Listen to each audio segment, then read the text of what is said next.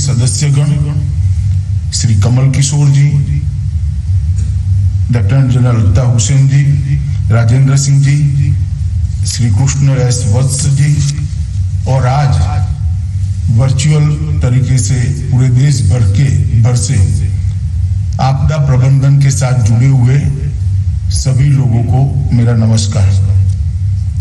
आज हम सब यहाँ पर एनडीएमए के 70वें स्थापना दिन के मौके पर एकत्रित आए हैं। मुझे बताया गया कि आज आपने हिमालयन क्षेत्र के अंदर आपदा के प्रभावों का अध्ययन करने के लिए एक परिचर्चा का भी आयोजन किया है। सबसे पहले तो मैं आपको विषय चुनने के लिए बहुत बहुत बधाई देना चाहता हूं, क्योंकि विगत 2 सालों में हिमालयन क्षेत्र में आपदाओं का फ्रीक्वेंसी जिस प्रकार से बढ़ा है और जिस प्रकार से आने वाले दिनों में बढ़ने की संभावना है, आपने इसको उचित तरीके से ही आज के विषय के रूप में चुना है। मुझे पूरा भरोसा है कि एनडीएमए का जो काम करने का तरीका है और चीजों को लॉजिकल एंड तक ले जाने की जो परंपरा है, इस विषय को भी आप बहुत अच्छे तरीके से चर्चा भी करेंगे, इसमें से निष्कर्ष भी निकालेंगे और निष्कर्ष के आधार पर अमल हो सके इस प्रकार की कुछ योजनाएं भी बनाएंगे। आज जब हम यहाँ एनडीएमए के 70वें स्थापना दिन पर इकट्ठा आए हैं, तब मैं इतना जरूर कहना चाहता हूं, एनडीएमए और इंप्लीमेंटिंग एजेंसी के नाते एनडीआरएफ और एसडीआरएफ ने इस 17 सालों के अंदर देश के आपदा प्रबंधन के इतिहास को बदलने का काम किया है और पूरे देश की संवेदनशीलता आपदा प्रबंधन के काम के साथ जोड़ने का काम किया है। ये बहुत बड़ी उपलब्धि है। 130 करोड़ के देश के अंदर और एक ऐसा देश जहां हर राज्य के अंदर अलग अलग प्रकार के मौसम का उपस्थिति हो, ढेर सारी नदियां, ढेर सारे पहाड़, इतना लंबा सागर किनारा, और वहां पर अगर संवेदनशीलता जनता की, समाज की हम जागरूक नहीं कर पाते और आपदा से बचने के लिए वैज्ञानिक व्यवस्थाओं का सूत्रपात नहीं कर पा सकते और वे वैज्ञानिक व्यवस्थाओं को नीचे तक स्वीकारने की मानसिकता नहीं तैयार कर पाते हैं, तो मैं मानता हूं कि बहुत बड़ी मानव हानि का, जान हानि का, इंफ्रास्ट्रक्चर की हानि का हमने तैयारी रखना पड़ता है। मगर इस 17 साल के अंदर ढेर सारा परिवर्तन इस क्षेत्र के अंदर आया है। मित्रों, मैं बाद में बात करूंगा, आज 2 नए इनिशिएटिव, इस विषय पर बाद में बात करूंगा, मगर आज जो 2 नए इनिशिएटिव होने जा रहे हैं, यहां पर शुरू होने, एनडीएमए शुरू करने जा रहा है, इसके लिए मैं जरूर थोड़ी बात करूंगा। आपदा मित्र और कॉमन अलर्ट प्रोटोकॉल, आपदा मित्र के लिए मैं विशेष बात करना चाहता हूं, क्योंकि मैं मानता हूं कि यह सबसे बहुत महत्वपूर्ण चीज है। एनडीएमए का काम है दुनिया भर में आपदा के जोखिम को न्यूनतम करने के लिए जो कुछ भी रिसर्च हुए हैं, जो कुछ भी अच्छी प्रैक्टिसेस अमल में लाई गई हैं, इसका स्टडी करना, इसको हमारे देश की परिस्थिति और हमारे देश की चुनौतियों के हिसाब से परिवर्तित करना, उसको एक कार्य पद्धति में ढालना और उसको लोगों के बीच में ले जाना। मगर हम कितनी भी मेहनत कर ले, एनडीआरएफ कितनी भी मेहनत कर ले, एसडीआरएफ कितनी भी मेहनत कर ले, सरकार बहुत अच्छी सुविधाएं उनको उपलब्ध करा दे, मगर कभी भी ऐसी रचना नहीं हो सकती कि आपदा आने में तुरंत ही इसका रिस्पॉन्ड एनडीआरएफ या एसडीआरएफ कर पाए, एनडीएमए की गाइडलाइन कर पाए। क्योंकि कितना भी हम व्यवस्था कर ले, पहुंचने में 1 घंटा, 2 घंटा, 3 घंटा इतने बड़े देश के अंदर लगना बड़ा स्वाभाविक है। हम इसका जाल बुन रहे हैं, फैलाव भी कर रहे हैं, 16/12 बटालियन बन चुके हैं, 4 और बना रहे हैं, परंतु कितना भी इसका फैलाव करें, यह संभव नहीं हो सकता। कुछ सेकंडों में रिस्पॉन्ड अगर आपदा को करना है तो वो देश की जनता ही कर सकती है, समाज ही कर सकता है और गांव-गांव में ट्रेन आपदा मित्र ही कर सकते हैं। इसलिए ये आपदा मित्र का जो कंसेप्ट है, मैं मानता हूं बहुत अच्छा कंसेप्ट है। जनता को तैयार करना, जनता के अंदर जिन लोगों में आपदा के खिलाफ लड़ने का जज्बा है, दूसरों के लिए काम करने का जज्बा है, अपनी जात को, अपनी जान को जोखिम में डालकर समाज के लोगों को बचाने का जज्बा है, उनको एकत्रित करना, उनका स्किल अपग्रेडेशन करना, उनको सारे प्रोटोकॉल से अवगत कराना और जब आपदा आए तो किसी की भी सूचना बगैर वो रिस्पॉन्ड करे, इस प्रकार की व्यवस्था ये आपदा मित्र की सहयोग से हो सकती है।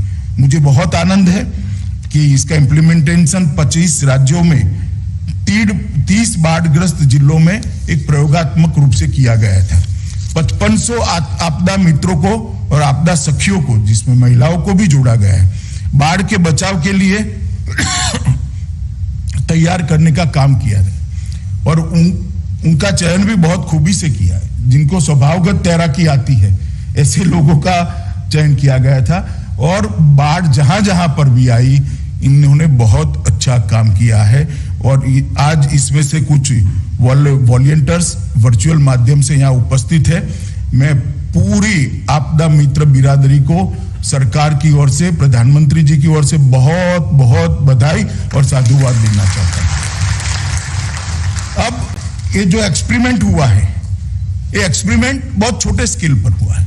130 करोड़ की आबादी के देश के अंदर 5500 आपदा मित्र और 5500 आपदा सखी, ये कोई बहुत बड़ी संख्या नहीं है।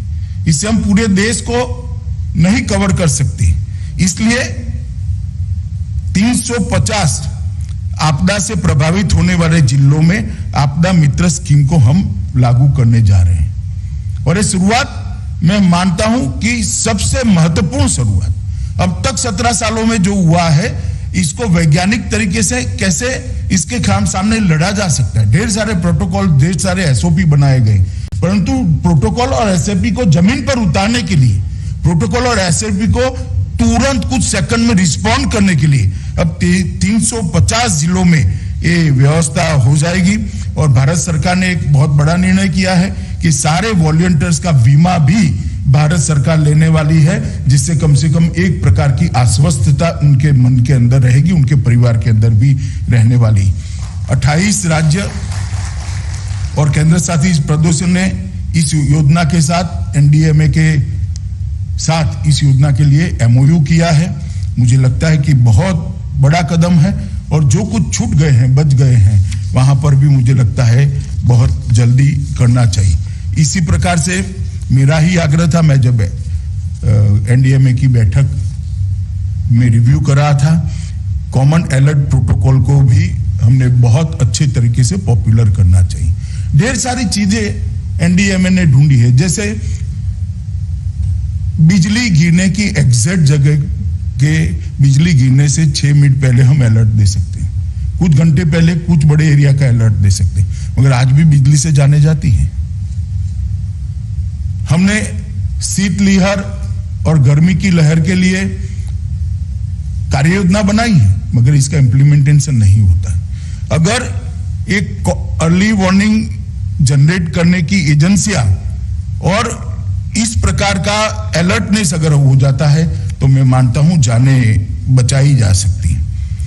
मित्रों, भारत में आपदा प्रबंधन का प्रवास जर्नी थोड़ी लेट ही शुरू हुई। 1990 के दशक में international decade for natural disaster संयुक्त राष्ट्र ने घोषित किया, इसको रिडक्शन करने के लिए दशक को ही घोषित किया। तब जाकर 1995 में तत्कालीन राष्ट्रीय आपदा प्रबंधन केंद्र की स्थापना हुई और कृषि विभाग के अंतर्गत शुरू हुआ, क्योंकि उसके पहले कृषि विभाग ही इसको देखता था, मगर राहत के काम के लिए कृषि विभाग देखता था, आपदा से बचाव के लिए नहीं देखता था। खैर, मगर एक अच्छी शुरुआत हुई। उसके बाद हमारे देश के अंदर 2 साल में 2 घटनाएं हुई। 1999 में एक भयंकर साइक्लोन आया, सुपर साइक्लोन, लगभग 10,000 लोग उड़ीसा के अंदर मारे गए। और 2001 के अंदर भुज में भूकंप आया, जिसमें 14,000 लोग गुजरात में मारे गए। ये दोनों घटनाओं ने पूरे देश को झंझोड़ कर रख दिया, सरकार के व्यवस्था तंत्र को, सरकार के तंत्र को झंझोड़ कर रख दिया। और वहीं से विचार आया कि भाई ये क्यों एक ऐसी व्यवस्था की जाए जो अपने आप में स्वतंत्र हो और ऐसी एजेंसियों के साथ जुड़े जो तत्काल रिस्पॉन्ड कर सके, रिस्पॉन्ड करने का जिनका काम भी है, जिनका स्वभाव भी है, जिनका प्रशिक्षण भी है। तो उस वक्त अटल जी देश के प्रधानमंत्री थे, उन्होंने एक टास्क फोर्स का गठन किया और संयोग से उसी वक्त मोदी जी गुजरात के मुख्यमंत्री थे। उन्होंने भी गुजरात के अंदर इस पर बहुत ढेर सारा चिंतन किया। अटल जी के साथ भी उस वक्त मुझे बरोबर याद है, मैं उनकी मंत्रिपरिषद में था, ढेर सारा संवाद भी हुआ था और इसको एक मूर्त रूप देने की बात शुरू हुई और एक रिपोर्ट बनाने के लिए टास्क फोर्स का गठन हुआ और अंत में 2005 के अंदर एनडीएमए की स्थापना की गई, जो जिसके अध्यक्ष प्रधानमंत्री होते हैं और संबंधित मुख्य मंत्रियों की अध्यक्षता में एसडीएमए भी बना। एक्चुअल में तो इसकी शुरुआत भोपाल त्रासदी के बाद हो जानी चाहिए थी। भोपाल त्रासदी एक ऐसी घटना थी जिसने देश को झंझोड़ कर रखा। 8,000 लोगों की मृत्यु एक ही शहर के अंदर होना और गैस लीकेज से होना, ये मैं मानता हूं बहुत बड़ी घटना थी। खैर, मगर देर आए दुरुस्त आए। अटल जी के समय पे शुरू हुआ, यूपीए के समय में इसकी स्थापना हुई और आज 17 साल की जर्नी में पीछे मुड़कर देखते हैं तो हमने काफी बड़ी मंजिल काट कर आज यहां पर खड़े हैं। मगर आगे देखते हैं तो बहुत बड़ा रास्ता काटना भी बाकी है। अभी संतुष्ट होने के स्टेज पर हम नहीं पहुंचे हैं। मेरा मानना है आपदा प्रबंधन का तंत्र देश में इस प्रकार से होना चाहिए कि कितनी भी घोर आपदा हो, एक भी व्यक्ति की जान न जाए, इस प्रकार का तंत्र बनाना हमारा लक्ष्य होना चाहिए। और देश के प्रधानमंत्री जी ने भी हमारे सामने यही लक्ष्य रखा है। मगर अप्रोच में जो बदलाव आया है, इसके बहुत अच्छे परिणाम मिले हैं। जैसे मैं बता सकता हूं कि मैंने कहा 1999 के साइक्लोन के अंदर 10,000 लोग मरे गए। इस एक ही वर्ष के अंदर 3 साइक्लोन आए हैं।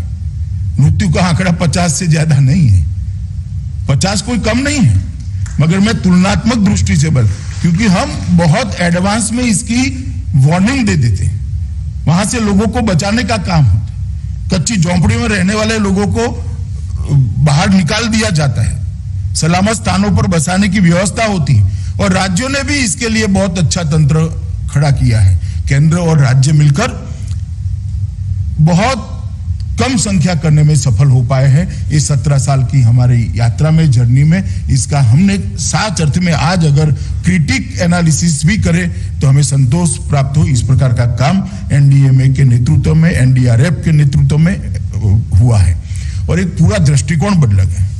पहले आपदाओं के लिए सरकार का अप्रोच राहत केंद्रित अप्रोच था।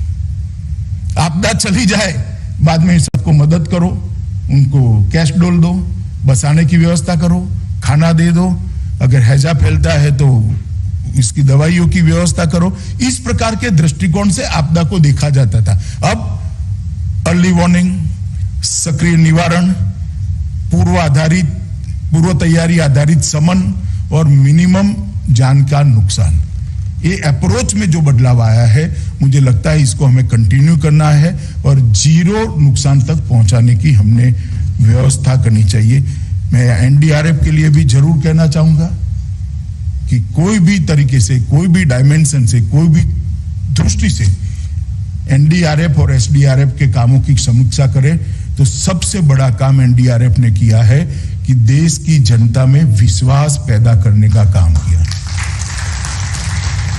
कहीं पर कोई भी बड़ी आपदा आती है, एनडीआरएफ के ड्रेस में जवान पहुंचते ही जो लोग अधर में लटके हैं, फंसे हैं, उनको लगता है कि अब बस हम बच जाएंगे। मैं मानता हूं ये क्रेडिबिलिटी त्याग के अलावे नहीं हो सकती, कठोर परिश्रम के अलावे नहीं हो सकती, अनुशासन के अलावे नहीं हो सकती और सतत ट्रेनिंग के अलावे भी नहीं होती। सातत्यपूर्ण ट्रेनिंग से ही ये काम हो सकता है, क्योंकि ट्रेनिंग से थ्योरी तो सिखाई जा सकती है, मगर क्लासरूम में बैठकर, परंतु किसी के लिए अपनी जान जोखिम में डालने का संस्कार डालना ये बहुत बड़ा काम है। और मैं मानता हूं एनडीआरएफ ने ये बहुत अच्छे से किया है और अब धीरे धीरे एसडीआरएफ में भी परकोलेट हो रहा है।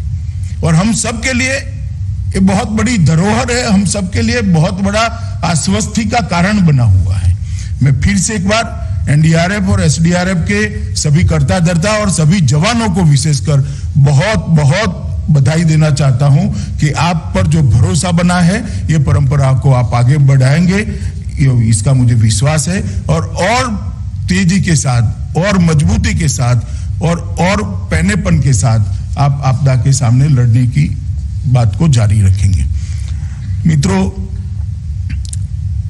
2016 में मोदी जी ने एनडीएमपी की शुरुआत की, राष्ट्रीय आपदा प्रबंधन योजना की, और देश में तैयार की गई पहली राष्ट्रीय योजना का एक उन्होंने खाका रखने का काम करा। बाद में सेंडाई आपदा जोखिम न्यूनीकरण फ्रेमवर्क को चलते ये योजना बनाई गई है और मुझे लगता है कि इसके अंदर जोखिम और जान मान के नुकसान को कम से कम करने के सभी पहलुओं को हमने कवर कर लिया है। और अब उसको सरकार ने सभी एजेंसी विभाग और सभी प्रकार के छोटे से छोटे यूनिट को हॉरिजॉन्टली और वर्टिकली एकीकरण के लिए भी योजना तैयार की। छोटे से छोटा गांव हो, बड़े से बड़ा मेट्रो का शहर हो, कोई डिस्ट्रिक्ट हो दूर दराज सागर किनारे वाला या राजधानी हो, हर जगह पे आपदा के खिलाफ लड़ने की योजना कार्यान्वयन की पूरी योजना तैयार पड़ी है। मैं आपको एक छोटी सी चीज का उदाहरण देना चाहता हूं। देश भर में कई सारी बड़ी बड़ी इंडस्ट्रियां लगी हैं, देश भर में कई बड़े बड़े पीएसयूज हैं और देश भर में कई बड़ी बड़ी कंपनियों के पास आपदा के खिलाफ लड़ने के संसाधन भी उपलब्ध है और इंस्ट्रूमेंट्स भी उपलब्ध हैं, परंतु उसको कभी शासन के साथ जोड़ा नहीं गया था। मैंने भी गुजरात में देखा है, मेरी बहुत युवा अवस्था में साइक्लोन आया था और किनारे पर ढेर सारी फैक्ट्रियां लगी थी, उनके सारे संसाधन अंदर पड़े थे। आज हर कलेक्टर के पास अपने डिस्ट्रिक्ट के अंदर टोटल आपदा के खिलाफ लड़ने के लिए क्या क्या चीजें सरकार के पास, क्या क्या चीजें प्राइवेट पार्टियों के पास और क्या क्या चीजें पीएसयू के पास पड़ी है, इसका सूची है, कंप्यूटराइज सूची है और उसको उपयोग करने की एसओपी भी बन गई है। तो जैसे ही अलर्ट आता है तुरंत ही ये लोग उसको उपयोग में ले सकते हैं। बहुत छोटी चीज है, खर्च करने वाले ने कर रखा है, मगर जब आपदा आती थी तो उपयोग में नहीं आता था। ये योजना बनने के कारण ये सारी चीजों का उपयोग आज हो रहा है और इससे जान हानि कम से कम हो रही है। मैं मानता हूं कि बहुत बड़ा काम है। 2016 से अब तक पहले सिर्फ 9 आपदाओं का समाधान एनडीएमए ने प्रस्तुत किया था, अब 8 और आपदाओं का समाधान प्रस्तुत किया है। टोटल 17 प्रकार की आपदाओं के खिलाफ लड़ने के लिए कार्य योजना एनडीएमए ने लोगों के सामने रखी है। और मोदी जी ने जो आपदा जोखिम न्यूनीकरण के लिए एक 10 सूत्रीय कार्यक्रम 10 पॉइंट्स प्रोग्राम दुनिया के सामने प्रस्तुत किया था, मैं मानता हूं भारत की तो पूरी जिम्मेदारी है कि हम इसको अच्छे से करें और ये सब चीजों का हमें परिणाम भी मिल रहा है। जैसे मैंने कहा कि उड़ीसा का साइक्लोन में 10,000 लोगों की जानहानि और अभी जो साइक्लोन आए हैं इसके अंदर जानहानि की तुलना सीधी की जा सकती है, मगर हमने जीरो के लक्ष्य की ओर आगे बढ़ना है। आपदा के प्रबंधन के काम में लगे हुए सारे, चाहे वो एनजीओ हो, चाहे सामाजिक कार्यकर्ता हो, चाहे सरकारी कर्मचारी हो, इनके लिए भारत सरकार ने मोदी जी के नेतृत्व में सुभाष चंद्र बोस आपदा प्रबंधन पुरस्कार भी शुरू किया है, जिससे उनका हौसला अफजाई हो सके, एक प्रकार का सार्वजनिक एक्नॉलेजमेंट इनके काम का हो पाए। मुझे आनंद है कि इससे भी बहुत अच्छा वातावरण की निर्मित होगी और हौसला बढ़ेगा। पिछले 2 साल में हम थोड़ा एनालिसिस करें तो ढेर सारी उपलब्धियां हमने प्राप्त की हैं। ये 2 साल के अंदर ही बहुत जगह पे साइक्लोन भी आए, बाढ़ भी आई, भूस्खलन का तो सबसे अब तक का सब रिकॉर्ड टूट गया, इतने भूस्खलन आए और महाराष्ट्र जैसे राज्य में पहली बार भूस्खलन देखने को मिल रहा है। बहुत पहले शायद कभी हुआ तो मेरी तो स्मृति में नहीं आता कि महाराष्ट्र में भूस्खलन से जान गई हो, मगर फिर भी ये 2 साल में हर जोखिम के सामने हम बहुत सफल तरीके से लड़े हैं और एनडीआरएफ को इसके लिए जितनी भी बधाई दी जा सके वो कम है। और सरकार ने भी जोखिम के खिलाफ लड़ने के साथ साथ राहत के काम को नजरअंदाज नहीं किया।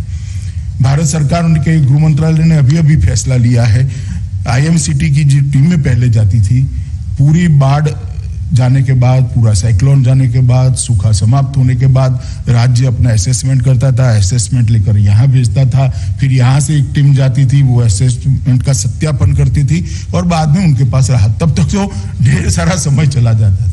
अभी प्रोएक्टिव स्टेप लेकर मोदी जी के नेतृत्व में गृह मंत्रालय ने तय किया है कि कोई रिपोर्ट की जरूरत नहीं है, हम एक एडवांस टीम आईएमसीटी की भेजते हैं जो प्राथमिक अंदाज लगाकर एक तत्काल राहत वो राज्य को भेजती है, जिससे आपदा की असर अभी चालू है तभी इनको सपोर्ट मिल जाता है। हमने राहत के काम को भी नजरअंदाज नहीं किया है और इसके कारण आज ढेर सारा परिवर्तन देखने को मिलता है। 2019-20 में 19 आईएमसीटी की टीमें 17 राज्यों में गई, 2020-21 में 14 स्टेट के अंदर और यूटी के अंदर 22 टीमें गई। मैं मानता हूं कि यह बहुत बड़ी उपलब्धि है और राज्य और केंद्र मिलकर एनडीआरएफ के तहत और एसडीआरएफ के तहत लगभग 53,000 करोड़ और 60,000 करोड़ एसडीआरएफ के तहत 1,10,000 15,000 करोड़ से ज्यादा बड़ी राशि इस काम के लिए देने का काम नरेंद्र मोदी सरकार ने किया है। हीट वेव के खिलाफ लड़ने के लिए भी एक्शन प्लान भी तैयार किया है। मेरा तो आग्रह है कि हीट वेव के लिए भी इस प्रकार के आपदा मित्रों की रचना की जाए, आपदा मित्रों को हीट वेव के लिए भी तैयार की जाए, क्योंकि एक्शन प्लान तैयार करने से कुछ नहीं होता, एक्शन प्लान तैयार करे बगैर भी कुछ नहीं होता, परंतु एक्शन प्लान तैयार करने से कुछ नहीं होता जब तक वो नीचे पर जमीन पर न उतरे और इसका इम्प्लीमेंटेशन करने वाली एजेंसी तैयार न करे। और वो एजेंसी आपदा मित्र ही हो सकता है। राज्य की लोकल बॉडीज हो सकती है, चाहे ग्राम पंचायत हो, चाहे तहसील पंचायत, जिला पंचायत हो, म्युनिसिपल कॉर्पोरेशन हो, तो ये प्लान को वहां तक पहुंचाने का काम भी हमारा है। अभी यास और तोकते आया था, तब भी हमने देखा है कि बहुत अच्छा काम हमने किया है। मैं आपको एक बात जरूर बताना चाहता हूं, जब इस देश में कोरोना की दूसरी लहर आई, वैसे तो एनडीएमए ने कोरोना के समय में बहुत अच्छे तरीके से एक विचित्र प्रकार की मानव जात के खिलाफ जो आफत आई थी, इसके खिलाफ लड़ने का काम किया, बहुत अच्छे तरीके से किया। और इसलिए नहीं कि मैं गृह मंत्री हूं, कोई भी न्यूट्रल एजेंसी इसका आकलन करेगी, क्रिटिक आकलन करेगी, तो उनको ये कहना ही पड़ेगा कि दुनिया भर में अच्छे से अच्छी लड़ाई अगर कोई देश के अंदर लड़ी गई है तो वो भारत में कोरोना के खिलाफ। 130 करोड़ की आबादी, सीमित संसाधन, सीमित इंफ्रास्ट्रक्चर और देश दुनिया में सबसे कम मृत्यु रेट, और प्रति 10 लाख गिने तो हमारे कोरोना केस की संख्या भी बहुत कम है। हमने देखा है अच्छे अच्छे देशों के पसीने छूट गए। जब दूसरी लहर आई, ऑक्सीजन का संकट आया, उसी वक्त साइक्लोन का संकट आया था। ढेर सारी चीजें चल रही थी, ऑक्सीजन की ट्रेनें चल रही थी, ऑक्सीजन प्लांट पूर्वी क्षेत्र में थे, वो सारे साइक्लोन के दायरे में आ गए थे। और जब बिजली जाती है साइक्लोन के कारण, तो जो अंदर पेशेंट ऑक्सीजन पर अपने जान बचाने की लड़ाई लड़ रहे हैं, जब बिजली चली जाती है, वेंटिलेटर पर जो पेशेंट है उनको कैसे बचाएं? ये सारी चीजें जनता तक नहीं पहुंचती हैं। हमारे पास एडवांस इंफॉर्मेशन थी, गृह मंत्रालय ने और एनडीएमए ने मिलकर सारा प्लान चॉकआउट किया। एक भी जगह ट्रेन का एक्सीडेंट नहीं हुआ ऑक्सीजन ले जाने वाले की, एक भी जगह बिजली की वैकल्पिक व्यवस्था न हो ऐसा अस्पताल नहीं था, बिजली के कारण एक भी व्यक्ति की जान नहीं गई है और कहीं पर भी ऑक्सीजन प्लांट समय पर बंद कर दिए गए बहुत बड़े एक्सीडेंट को हमने निवारण किया है। अगर ये सूचना समय पे न आती और एनडीएमए की ये व्यवस्था, एनडीआरएफ की ये व्यवस्था अगर न हुई होती तो मैं मानता हूं कि ये कर पाना बहुत मुश्किल था। सैकड़ों जाने की संभावना, सैकड़ों जाने। और मैंने तो उस वक्त देखा था, सिर्फ चिंता तक बात नहीं रहती थी, डर लगता था कल क्या होगा, जब एक्चुअल में साइक्लोन आएगा, ये सब व्यवस्था करने के बाद भी क्या होगा, क्योंकि हम तो इंसान हैं, कोई ईश्वर थोड़ी ना है। हम कितनी भी व्यवस्था कर देते हैं, कुदरत के सामने वो व्यवस्था विफल हो जाती है, कम पड़ती है। मगर मुझे कहते हुए बड़ा संतोष और गर्व दोनों है, मोदी जी के नेतृत्व में वो साइक्लोन के अंदर कोरोना का इलाज करा रहे एक भी मरीज की जान बिजली या ऑक्सीजन के कारण नहीं गई। एक भी ऑक्सीजन सप्लाई करने वाली ट्रेन का अकस्मात नहीं हुआ, ऑक्सीजन लीकेज नहीं हुआ और एक भी ऑक्सीजन उत्पादन करने वाली कंपनियों में किसी भी प्रकार का अकस्मात नहीं हुआ।